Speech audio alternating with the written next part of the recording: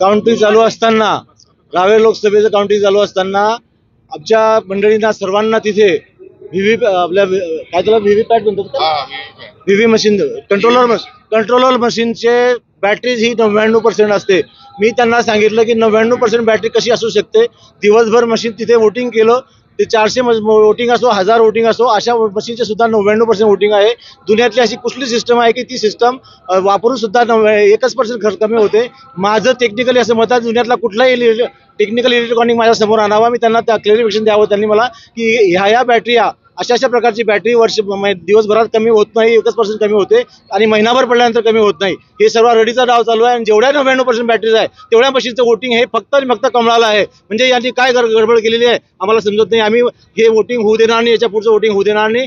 दुसरा 2च round declare केल्यानंतर पुढचे 7 राऊंड त्यांनी कुणालाही न सांगता वोटिंगच्या मशीन पैवारे घेऊन आले आणि ओपन केल्यात आणि 99% वोटिंग असलेल्या मशीनचं वोटिंग आम्हाला मान्य नाही. मतदान प्रक्रिया आम्ही थांबवलेली आहे, पण याच्यात जबरदस्ती केली तर आमच्यावर कुठलीही कारवाई झाली चालेल, आम्ही हे होऊ देणार नाही.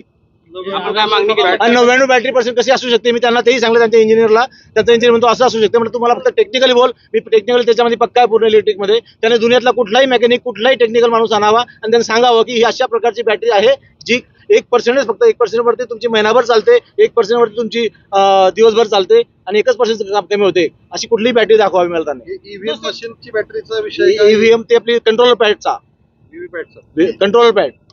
काय मागणी केलेली आहे? आम्ही सांगितलं की आम्हाला 99% बॅटरीवाला मशीन चालणार नाही. निवडणूक आयोगाकडे आपण लेखी तक्रार दे आम्ही आता मेल करायचं होतं, तिथे आम्हाला कोणती व्यवस्था दिलेली नाहीये. परंतु आता मोबाईलने काही नाही, आम्ही त्यांना अर्ज दिलेला आहे आणि त्यांना सांगितलं तुम्ही पुढे कंप्लेंट करावी. आणि हा रडीचा डाव चुकीचा आहे. असं कसं होऊ शकते? प्रत्येकाने, माझ्या म्हणणं आहे, जगात भारतातल्या सर्व जनतेने विचार करावा की अशी कुठली सिस्टम आहे की त्यामध्ये फक्त 1% बॅटरी कमी होते. तुम्ही रावेरचं थांबवलंय की जळगाव? रावेरचं थांबवलं आम्ही. रावेरमध्ये जळगाव तिकडे जाऊ शकत नाही. दुसरी गोष्ट अशी आहे तिच्यामध्ये